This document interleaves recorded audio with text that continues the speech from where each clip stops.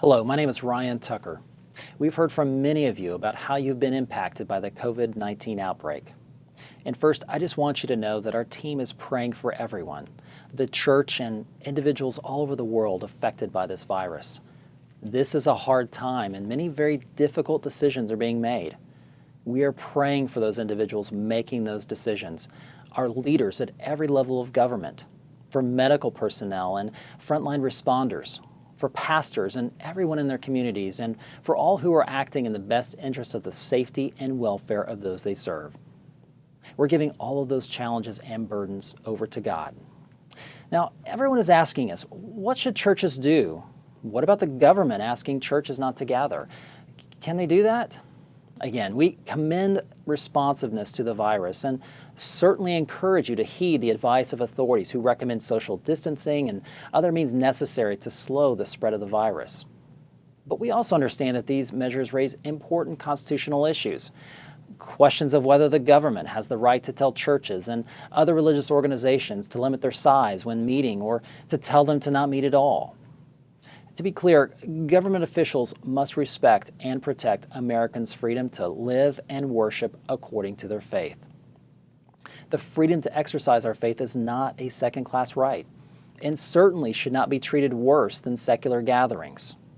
It's clear that shutting down church services burdens religious freedom and assembly, but the analysis doesn't stop there. The government must show a compelling interest for doing so. And here, during this extraordinary time, it's conceivable that the current situation involving this global pandemic may qualify as a compelling government interest. The question then becomes whether the compelling interest is being pursued with what's called the least restrictive means. Meaning, is the government restriction more burdensome than it needs to be to accomplish its objective? And here, temporary, evenly applied restrictions may satisfy that standard. But with time, if these restrictions are unnecessarily prolonged or if religion is being targeted by some government body, then that analysis may change. Again, please know that we are concerned about these restrictions and doing our best to monitor the situation. As local and state governments are imposing these restrictions, ADF cannot possibly monitor every restriction throughout the nation. So if you have any questions about your particular situation, we want you to contact us here at ADF.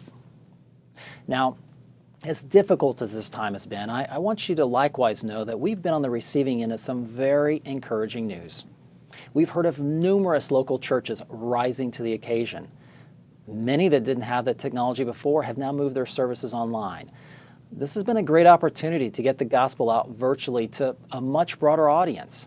In fact, some pastors have reported more individuals watching their services through that medium than their average Sunday. And if you think about it, that shouldn't be surprising. In times of crisis, people realize their need for a Savior. They need basic truth, and we are grateful for churches spreading this truth to a world in desperate need. The social media feed now probably has more truth in it than ever because churches are engaging like never before, and churches have shown the love of Jesus in other tangible ways as well.